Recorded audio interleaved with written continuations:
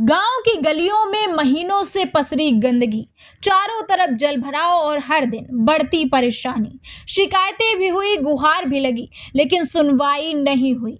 तभी अचानक गांव में पहुंचता है प्रशासन का बुलडोजर और फिर जो होता है उससे पूरे गांव की तस्वीर ही बदल जाती है। एटा के जलेसर ब्लॉक के गांव गड़रिया नगला में आखिरकार प्रशासन हरकत में आ ही गया। यहाँ लंबे समय से जलभराव और कीचड़ ने हालात बिगाड़ रखे थे। लोगों का घर से निकलना मुश्किल हो गया था और गंदगी के कारण बीमारियों का खतरा भी मंडरा रहा था। ग्रामीणों का आरोप है कि उन्होंने कई बार प्रशासन से शिकायत की, लेकिन कोई भी ठोस कदम नहीं उठाया गया। मामले ने तूल पकड़ा तो जलेसर की एसडीएम भावना विमल ने खुद संज्ञान लिया और तुरंत एक कार्यवाही के निर्देश दिए। उनके आदेश पर तहसीलदार संदीप सिंह राजस्व टीम के साथ जेसीबी लेकर गांव पहुंचे।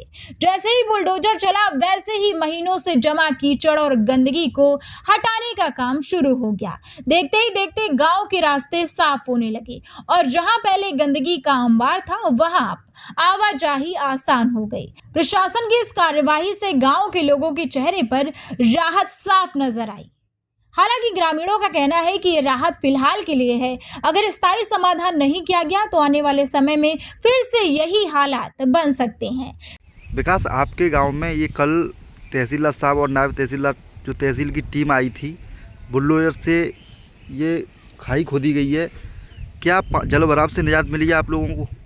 हाँ, कुछ दिन की राहत तो मिल गई है यहाँ पर, परंतु परमानेंट समाधान नहीं हुआ है।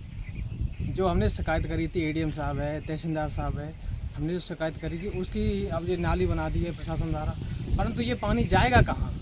इसका अभी तो कोई समाधान होना चाहिए। ये तो पानी इसी में भरा रहेगा, फिर पानी जाएगा, ये तो रोड पर फिर आ जाएगा। तो हम अगर हमारा समाधान नहीं होता है, परमानेंट समाधान नहीं होता है, तो हम एडीएम साहब से फिर शिकायत करेंगे आने वाले दिनों में।